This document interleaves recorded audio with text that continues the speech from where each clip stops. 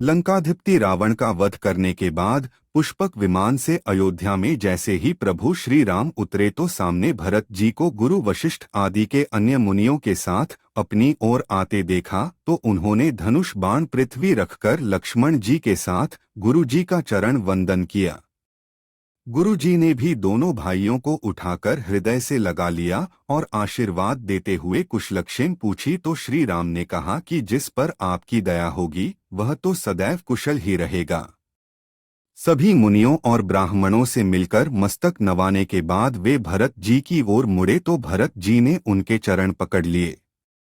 गोस्वामी तुलसीदास जी मानस में लिखते हैं कि जिन रघुकुल के स्वामी श्री राम जी को देवता मुनि शंकर जी और ब्रह्मा जी आदि नमस्कार करते हैं, भरत जी उनके पैरों पर लेट गए और उठाने के बाद भी नहीं उठे।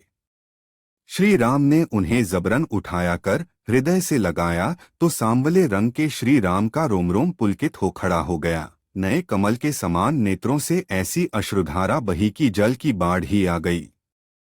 श्री राम के कुशलक्षेम पूछने पर भरत जी के बोल ही नहीं निकल पा रहे थे।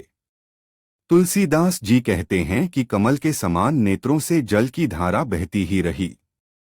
त्रिलोकी के स्वामी अपने छोटे भाई भरत जी को अत्यंत प्रेम से गले लगाकर मिल रहे हैं। वे कहते हैं भाई से मिलते हुए प्रभु का वर्णन कर पाना उनके वश में नहीं है।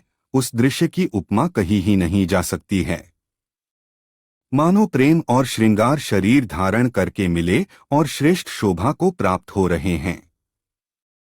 कृपा के सागर श्री राम भरत जी से कुशलक्षेम पूछते हैं, किंतु बड़े भाई से मिलकर आनंदित भरत जी के मुख से शब्द ही नहीं निकल पाए। इस दृश्य को देखकर शिवजी भी पार्वती जी से कहते हैं, कृपानिधान से मिलते हुए भरत जी को जो सुख प्राप्त हो रहा है, इसको तो सिर्फ वही जान सकता है जो उसे प्राप्त करता है। चारों भाइयों के गले मिलने से हुआ विरह के दुख का नाश। भरत जी ने प्रभु श्री राम के प्रश्न का उत्तर देने की कोशिश की तो कुछ देर बाद ही वह सहज होकर बोल पाए। उन्होंने कहा कि हे कौशलनाथ, आपने मुझे एक दुखी दास जानकर दर्शन दिए, इससे अब सब कुशल है। विरह समुद्र में डूबते हुए मुझको कृपानिधान ने हाथ पकड़कर बचा लिया।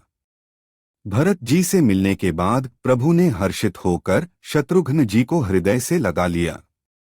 इधर लक्ष्मण जी और भरत जी एक दूसरे गले मिले। लक्ष्मण जी ने शत्रुघ्न जी को भी गले से लगा लिया तो 14 वर्ष का विरह से उत्पन्न दुख का नाश हो गया।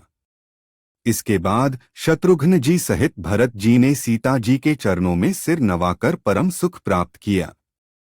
हर्षित हुए अयोध्यावासी, मिट गए सारे शोक। प्रभु श्री राम को देखकर सभी अयोध्यावासी बहुत ही हर्षित हो गए और उनके सारे शोक मिट गए। सभी लोगों को मिलने के लिए आतुर देखकर शत्रुओं पर भी कृपालु श्री राम ने एक चमत्कार किया। वे असंख्य रूपों में प्रकट हो गए और हर किसी से यथायोग्य मिले। श्री रघुवीर ने कृपादृष्टि से देखकर सभी नर नारियों को शोक रहित कर दिया।